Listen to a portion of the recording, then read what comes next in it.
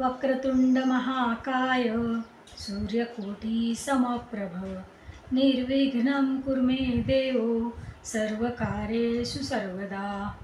14 विद्या आणि 64 कलांमध्ये पारंगत असलेले आपले गणपती बाप्पा, आपले गणपती बाप्पा ही ज्ञानाची आणि बुद्धीची देवता मानल्या जातात.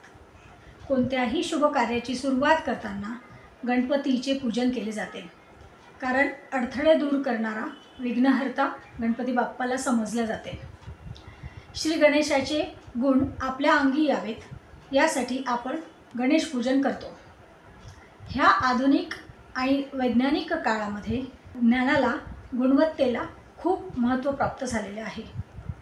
कला, ज्ञान, कौशल्य आणि सर्जनशीलतेचे प्रतीक मानले जाते गणपती बाप्पा. तर आजपासून सुरू होणाऱ्या ह्या गणपती उत्सवाच्या आपल्याला खूप खूप खूप शुभेच्छा. आपल्या जीवनातील, आपल्या प्रगतीतील सर्व अडथळे दूर होऊन गणपती बाप्पा आपल्याला प्रगती, ऐश्वर्य, आरोग्य, समाधान, सुख, शांती प्रदान करो, हीच गणपती बाप्पाच्या चरणी प्रार्थना करते. मित्रांनो, स्वागत आहे तुमचं सर्वांचं माझ्या अनाहता हीलिंग स्टुडिओ या चॅनलमध्ये. मी Vandana Deshmukh, retired military school teacher, numerologist, crystal therapist आणि रेकी हिलर. आजपासून गणेश उत्सवाला सुरुवात होत आहे. गणपती ही विद्येची, ज्ञानाची देवता आहे. तर आपणही आपल्या ज्ञानामध्ये नवीन काहीतरी शिकून स्वतःला समृद्ध करूया. अशी ही कला की जी आपल्या आरोग्याशी संबंधित आहे, आपल्या आत्म्याशी संबंधित आहे, आपल्या आत्म्याची शांती वाढवणारी आहे, आपल्या विचारांना क्लॅरिटी देणारी आहे, आपली भीती, ताण, तणाव दूर करणारी आहे. तर आजपासून आपण सुरुवात करणार आहोत आपल्या शरीरातील 7 चक्रांच्या ह्या सिरीजला. या 7 चक्रांपैकी आज आपण सुरुवात करणार आहोत रूट चक्राची.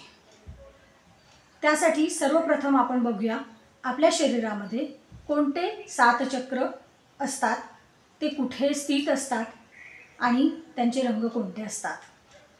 तर सुरुवात करूया आपल्या सिरीजला, ज्याच्यामध्ये पहिलं चक्र आहे रूट चक्र. तर ही 7 चक्र कोणकोणती आहेत, त्यापैकी पहिलं आहे रूट चक्र, ज्याला आपण मूलाधार चक्र असं म्हणतो. दुसरं आहे सॅक्रल चक्र, ज्याला संस्कृतमध्ये स्वादिष्टान चक्र असं म्हणतात. तिसरं आहे सोलर प्लेक्सेस किंवा मणिपूर चक्र.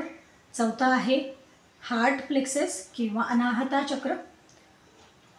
5वं आहे थ्रोट चक्र, ज्याला आपण विशुद्ध चक्र असं म्हणतो. 6वं आहे आज्ञा चक्र किंवा थर्ड आय प्लेक्सेस. आणि 7वं आहे क्राउन चक्र, ज्याला आपण सहस्त्रार चक्र असं म्हणतो. आता हे जे काही चक्र आहेत, ह्या 7 चक्रांच्या माहितीची ही एक मालिका, ही सिरीज मी आज सुरू करते आहे. आणि का बरं मी हे गणपती उत्सवामध्ये सुरू करते आहे, तर याचा उलगडा पुढे पुढे होईलच. काय कनेक्शन आहे गणपतीचं आणि आपल्या 7 चक्रांचं, ते मी तुम्हाला पुढच्या एपिसोडमध्ये, आणि पहिल्यांदा तर ह्या एपिसोडमध्ये आणि नंतरचं जे नेक्स्ट चक्र आहे त्याच्याशी संबंधित उलगडा करणार आहे, तुम्हाला त्याचं ज्ञान देणार आहे. तर या 7 चक्रापैकी आज आपण सुरुवात करणार आहोत रूट चक्राची. रूट चक्र किंवा त्याला संस्कृतमध्ये मूलाधार चक्र असे म्हणतात. मूळ म्हणजे रूट्स आणि धार म्हणजे आधार, सपोर्ट. तर आपलं लाईफ किंवा आपली प्रगती होण्यासाठी आपल्या शरीराला जो आधार मिळालेला असतो, त्यासाठी आपलं रूट चक्र बळकट असणं किंवा स्ट्रॉंग असणं, ॲक्टिव्ह असणं खूप गरजेचं असतं. हे 7ही चक्र आपल्या शरीराच्या मध्यरेषेवरती स्थित असतात. हे क्राउन चक्रापासून सुरू होतात आणि रूट चक्रावरती संपतात. तर रूट चक्र जे आहे हे जसं झाडांची मुळं झाडांना बळकटी देतात, उंच वाढण्यास मदत करतात, तसंच मानवी शरीराला सुद्धा हे रूट चक्र जर स्ट्रॉंग असेल तर त्याची प्रगती चांगली होते. त्याचा जीवनाचा जो कालखंड आहे हा अतिशय उत्साही, आनंदी आणि कॉन्फिडन्सनी भरलेला राहतो. तर आपल्या जीवनामध्ये किंवा आपल्या शरीरामध्ये हे रूट चक्राचं खूप महत्त्व आहे. कुठे असतं मग हे रूट चक्र? तर आपला स्पायनल कॉर्ड जिथे संपतो किंवा आपला पाठीचा कणा जिथे संपतो त्याच्या शेवटच्या टोकावरती, म्हणजे जिथे टेल बोन आहे अशा टेल बोनच्या ठिकाणी हे रूट चक्र स्थित असतं.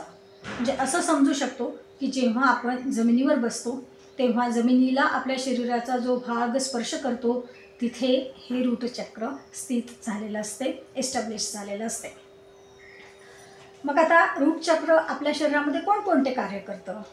तर आपलं जे काही बेसिक नीड्स आहेत, आपल्या ज्या काही मूलभूत गरजा आहेत, अन्न, वस्त्र, निवारा, आरोग्य, ह्या सगळ्यांच्या संबंधित आपल्या ज्या काही भावना असतात, जी काही आपली एक विश्वासार्हता असते, हे टिकवून ठेवण्यासाठी आपल्याला रूट चक्राची मदत होते. त्याच्यानंतर आहे की आपल्याला आयुष्यामध्ये सेफ्टी आणि सिक्युरिटी म्हणजे आपल्याला सुरक्षितता देण्याचं कार्य हे रूट चक्र करत असतं जर ते स्ट्रॉंग असेल तर. आणि तिसरं आहे connection to our mother earth, जमिनीशी आपला संपर्क टिकवून ठेवणे, जेणेकरून आपला इतर मानवाशी पण संपर्क राहील, आपल्या फॅमिलीतील प्रत्येक मेंबरसोबत आपलं कनेक्शन हे स्ट्रॉंग राहील. रूट चक्राचा सिम्बॉल आहे 4 पाकळ्यांचं लाल कमळ. ह्याचा एलिमेंट आहे अर्थ एलिमेंट, जो आपल्याला स्थिरता देतो, ग्राउंडिंग देतो. आणि याचा बीज मंत्र आहे, आत्ताच नाही सांगणार, व्हिडिओच्या शेवटी सांगणार आहे, कारण त्यामुळे तुम्ही व्हिडिओ शेवटपर्यंत बघणार आहात आणि ह्याच बीज मंत्राचा उच्चारण करून आपण आपलं रूट चक्र स्ट्रॉंग करण्यास आपल्याला मदत होणार आहे. आणि तीच साधना आपल्याला गणपती उत्सवामध्ये करायची आहे. त्यामुळे व्हिडिओ शेवटपर्यंत बघा, तुम्हाला नक्की बीज मंत्र कुठला आहे आणि त्याचं उच्चारण कसं करायचं हे सांगितलं जाणार आहे. रूट चक्राची देवता कोणती आहे? प्रत्येक चक्राला देवता असते, प्रत्येक चक्राला सिम्बॉल असतो, प्रत्येक चक्राचा एक कलर आहे, प्रत्येक चक्राची देवता आहे, प्रत्येक चक्राचा एक एलिमेंट आहे. तर रूट चक्राची देवता आहे गणपती बाप्पा, मातीने बनलेला गणपती जो मातीतच विलीन होऊन जातो. म्हणून आपले रूट चक्र जर स्ट्रॉंग करायचे असेल तर या 10 दिवसामध्ये आपल्याला गणपतीची आराधना करायची आहे. गणपतीला जास्वंदाचे फूल, दुर्वा व्हायची आहे. आणि हेच कारण आहे की आपण या 10 दिवसामध्ये आपल्या चक्रांच्या सिरीजला सुरुवात करत आहोत. आणि पहिलं चक्र आहे रूट चक्र. गणपती हा विघ्नहर्ता आहे, गणपती बाप्पा विघ्नहर्ता समजल्या जातात, सगळे अडथळे दूर करतात. आपल्याला आपल्या आयुष्यामध्ये स्टॅबिलिटी मिळावी, स्ट्रेंथ मिळावी आणि सर्जनशीलता आपल्यामध्ये निर्माण व्हावी, एक आपल्यामध्ये ज्ञान बुद्धीचा विकास व्हावा, यासाठी आपण गणपती देवतेची पूजा करत असतो. आणि हे सगळं देण्याचं कार्य गणपती बाप्पा करत असतात. आता आपल्या शरीरामध्ये हे जे काही रूट चक्र आहे हे बॅलन्स आहे की इम्बॅलन्स आहे, हे कसं ओळखायचं? तर बॅलन्स जर असेल, आपलं रूट चक्र स्ट्रॉंग असेल, ॲक्टिवेट असेल, तर आपल्यामध्ये कुठली लक्षणं, कुठले चिन्ह दिसून येतात? तर आपल्यामध्ये एक काय म्हणतात त्याला, सिक्युरिटीची आणि कॉन्फिडन्सची भावना राहते. आपल्याला जीवनामध्ये सिक्युरिटी वाटते, कॉन्फिडन्स येतो प्रत्येक काम करण्यामध्ये. आपला जीवनावरती, आपल्या जीवन प्रवासावरती एक ट्रस्ट असतो, विश्वास असतो. आपल्या शरीरामध्ये रूट चक्र जर स्ट्रॉंग असेल तर नेहमी करता दिवसभर काम करण्यामध्ये ऊर्जा राहते, चैतन्य राहते, कामामध्ये एक आवड निर्माण होते, उत्साह राहतो दिवसभर, कामामध्ये डिसिप्लिन राहते, स्टॅबिलिटी राहते. आणि यातूनच हे सगळं जे काही आहे, जीवनावरचा विश्वास आहे, कॉन्फिडन्स आहे, सिक्युरिटी आहे, एनर्जी आहे, यातूनच आपली प्रगती होत असते. म्हणून आपलं रूट चक्र स्ट्रॉंग असणं हे अतिशय गरजेचं आहे. आता रूट चक्र इम्बॅलन्स असेल, डिस्टर्ब झालं असेल, ब्लॉक झालं असेल, तर काय चिन्ह आपल्याला आपल्या शरीरामध्ये दिसून येतील? तर अगदीच म्हणजे आपण आत्ता जे बॅलन्स असतानाचे जे चिन्ह पाहिले त्याच्या अगदी विरुद्ध चिन्ह, की आपल्याला भीती वाटत राहते, आपल्यामध्ये इन्सिक्युरिटीची भावना राहते, आपल्याला सतत एन्झायटी राहते, स्ट्रेस राहतो, चिडचिडेपणा राहतो, रेसलेसनेस ज्याला आपण म्हणतो, लॅक ऑफ फोकस, आपलं कुठेच लक्ष लागत नाही, त्याच्या कॉन्फिडन्स नसतोच.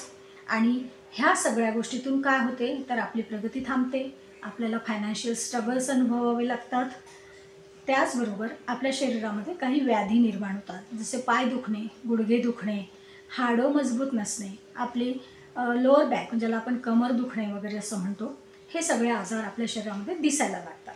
आता हे जे काही आजार आहेत, हे आजार आपले हाडांशी संबंधित आहेत. आणि हाडं आपले कशाने बनलेले आहेत, तर आपले हाडं अर्थ तत्वाने म्हणजे अर्थ एलिमेंटने बनलेले आहे, ज्याच्यामध्ये आपण म्हणतो कॅल्शियम आहे, फॉस्फरस आहे, नंतर सल्फर आहे, फ्ल्युरिन आहे. हे सगळे जे काही एलिमेंट्स आहेत, ह्या एलिमेंट्सनी आपले हाडं बनलेले असतात. आणि याच्यामध्ये जर ह्या अर्थ एलिमेंटची कमतरता झाली तर आपल्याला हे वेगळे वेगळे दुखणे अनुभवायला मिळतात. आतापर्यंत आपण चिन्ह पाहिलेत की बॅलन्स, रूट चक्र बॅलन्स असताना आणि रूट चक्र इम्बॅलन्स असताना आपल्या शरीरामध्ये, आपल्या भावनांमध्ये, आपल्या वागण्या बोलण्यांमध्ये काय चिन्ह दिसून येतात, सिम्पटम्स दिसून येतात किंवा लक्षणं दिसून येतात. आता ठरल्याप्रमाणे किंवा मी तुम्हाला प्रॉमिस केल्याप्रमाणे रूट चक्राचा बीजमंत्र कुठला आहे, तर रूट चक्राचा बीजमंत्र आहे लम. लमचा उच्चार करताना ल वरती थोडा भर द्यावी लागतो आणि म हा आतमध्येपर्यंत जाऊ द्यावा लागतो, जसं की लम याप्रमाणे. आता कशी करायची ही साधना, कसं करायचं हे चक्र ॲक्टिवेट, तर आता हे जे दिवस आहेत 10 दिवस आपण सर्व गणपतीची आराधना करणार आहोत सर्वजण.